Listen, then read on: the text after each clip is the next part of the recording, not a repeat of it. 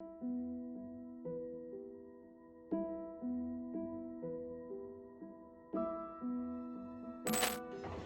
les amis, bonjour, petite vidéo des aventures de Chouquette et peut-être pas Choco, on va trouver un nouveau nom.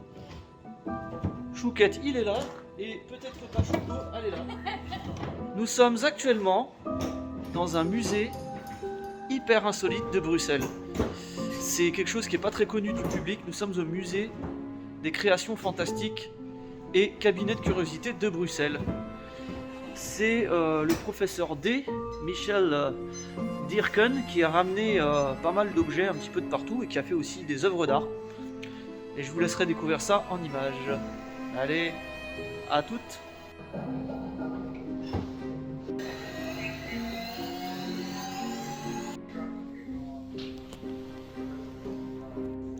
Alors comme vous pouvez voir, il y a des petites chimères qui sont vachement sympathiques. On ne sait pas trop d'où ça vient et comment ça a été fait. Pareil, des substances avec des boissons bizarres et des serpents. Et c'est le cas de le dire que là c'est le serpent qui se mord la queue, comme on voit bien. Alors Choco me fait dire qu'il mange un autre serpent. Effectivement, elle a raison. Ici nous avons un véritable crâne Inca. Et en haut nous avons une belle momie Inca qui a été récupérée justement par le professeur. Peut-être qu'elle est maudite, hein. On va peut-être avoir un... Comment dire? Une malédiction. Oh! Quand tu seras mort. Qu'est-ce que t'as vu? Ce sera toi, moi. Ok, je vais aller voir. Une espèce d'un hérisson crâne, je sais pas trop. Ici nous avons la momie Red Bull. Alors ça c'est sûrement une œuvre d'art, hein, c'est pas... ou alors peut-être que c'est une momie qu'il a récupérée et qu'il a transformée en œuvre d'art.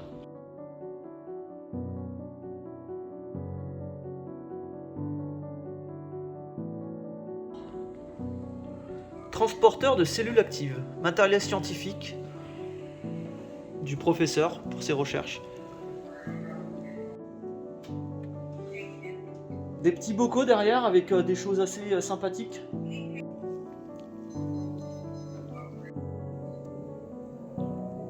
Ceci est le Rec Home, squelette entre un fœtus humain et un requin nain précisément, qui a été retrouvé dans les archives du professeur. D'après les écrits, le Rec Home, nom attribué par le professeur D, a pu être maintenu en vie plus de 30 jours à des fins d'expérimentation. Du coup, à plusieurs reprises, cette expérimentation a été recueillie par les autorités à des fins d'expertise. Voilà. Ici, nous avons en quelque sorte de l'art primitif. Alors, je sais pas trop d'où ça vient, mais c'est assez flippant, hein. Des petites pièces d'art que vous voyez. J'adore ce genre d'ambiance, une allégorie du diable. Je sais pas, en fait, il n'y a pas d'explication, donc on sait pas trop d'où ça vient, mais c'est assez malaisant hein, quand vous voyez un petit peu ce que vous voyez là. Espèce de crucifix en bois, c'est assez bizarre. Alors soit c'est de l'art primitif pur, mais en tout cas, c'est la première fois que je vois ça dans un musée.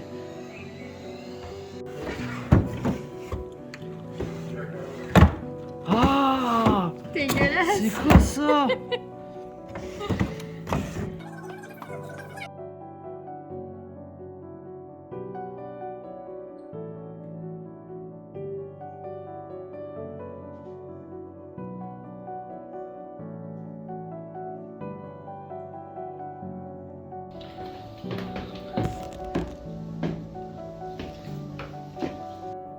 Notre chat représenté en haut. Voilà. Au-delà de la curiosité de ce musée, ce qui est vachement impressionnant, c'est le lieu où le musée est abrité. En fait, on a des vitraux qui sont magnifiques, comme vous avez pu voir derrière moi. Hop.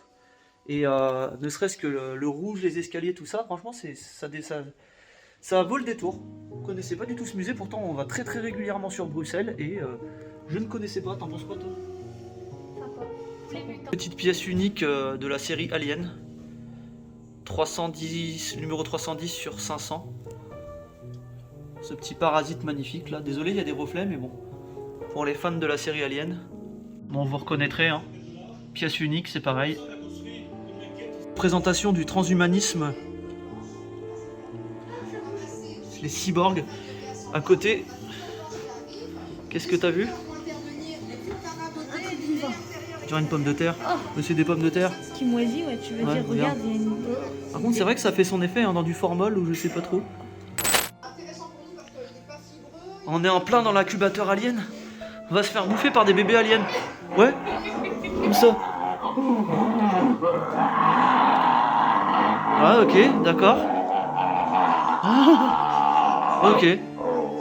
Pour Noël 2022, Chouquette vous propose la nouvelle crèche catholique et chrétien, la crèche de l'horreur. C'était quoi ça? Je sais pas. C'est sympa, c'est joli. C'est très interactif comme musée. Hein. C'est...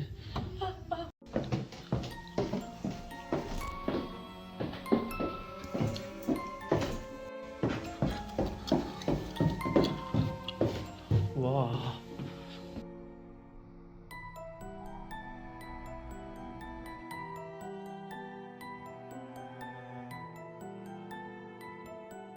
Vous avez peur du Covid?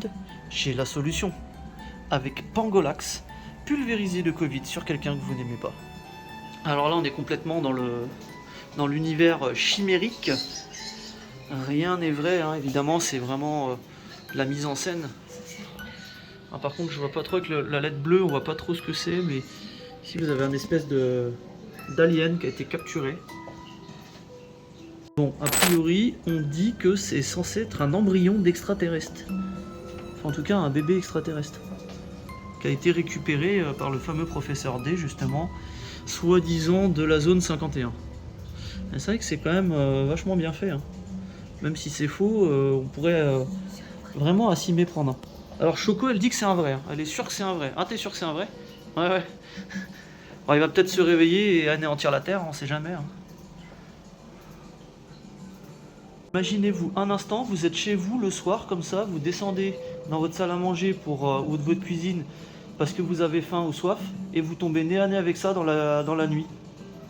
Petite question, vous faites quoi? Alors, ici c'est le petit pépin, une reproduction fidèle d'un véritable squelette qui avait été exposé au musée Dupuytren à Paris. Et en réalité c'est un gros intérêt scientifique parce que c'est ce qu'on appelle la tératologie, science des anomalies de l'organisation anatomique des êtres vivants. En fait, c'est la pleine période des freaks. Les freaks, c'était les bêtes de foire dans les cirques qui avaient des problèmes d'anatomie ou de morphologie. Et donc là, effectivement, c'est une reproduction d'un vrai freaks.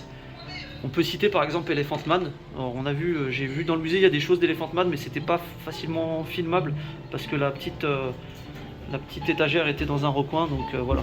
Reproduction d'une œuvre très connue, montage célèbre, c'est une reproduction qui figurait dans le cabinet de curiosité de l'anatomiste hollandais Ruijch, je sais pas si je le prononce bien, au XVIIe siècle. Et ça a été acheté par Tsar Pierre le Grand. L'original a disparu d'ailleurs lors d'un incendie dans la Kunstkammer de Saint-Pétersbourg à la fin du XIXe siècle.